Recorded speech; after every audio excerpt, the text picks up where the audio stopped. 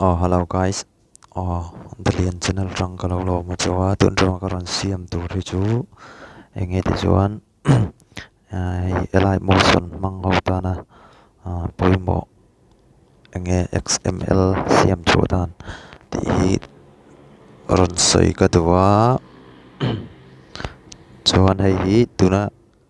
ei karon lan tir hi ka siam ane na chin lo ka siam ane ta ei kan lo play don ta ne.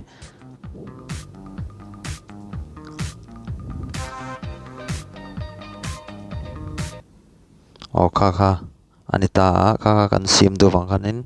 engang ikan luang ti chuan elai mo sona kan lu tanga na china ka edit ani wang kanin ta hian i XML kan sim do wang kanin kan sim do kha enge hei tian in metanga chuan export ti in metanga chuan enge kan siam don ti chuan XML ni wang kan XML a hei XML lo tan kha chuan ei enge kan video siam sau ka mi tang man thei tur siam dan ka ni mai chuan ta hian export ka kan met lenga chuan ta hian drive ka in zong don tin ani drive drive hei hi ma hei hi kan metanga chuan ta hian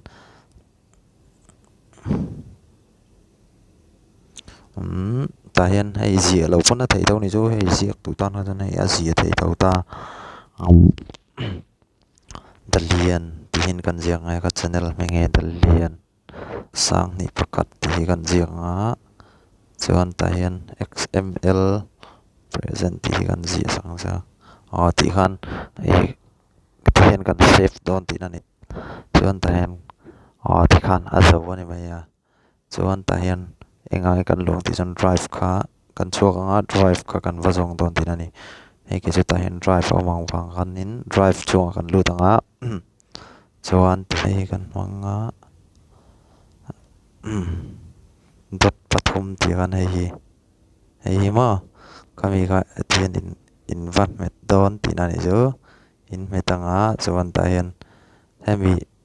chuan koiming e kan hman le don ti chuan hei hi kan hmang don hei kan lut don tin ani chu tian kan va met chuan ta hian rest tika khan in valu tanga chuan ta hian rest tika in lu tanga hei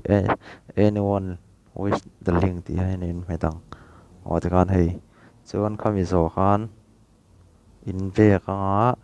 in vek no khan hemi dalian in ti kha hei in metanga chuan ta hian copy link kha in va metang copy link kha in me no khan YouTube ani lo le in du na pakata khan in thei ngel lo na tur khan in da don tin ani chu no ta hian kan dang ke no ta kan danga ti hian hei kan pa sanga ti hian ti hian a zo ani mai ta chuan nakin a YouTube a in va da tu le midang in an dil chu chan in dang ai klo me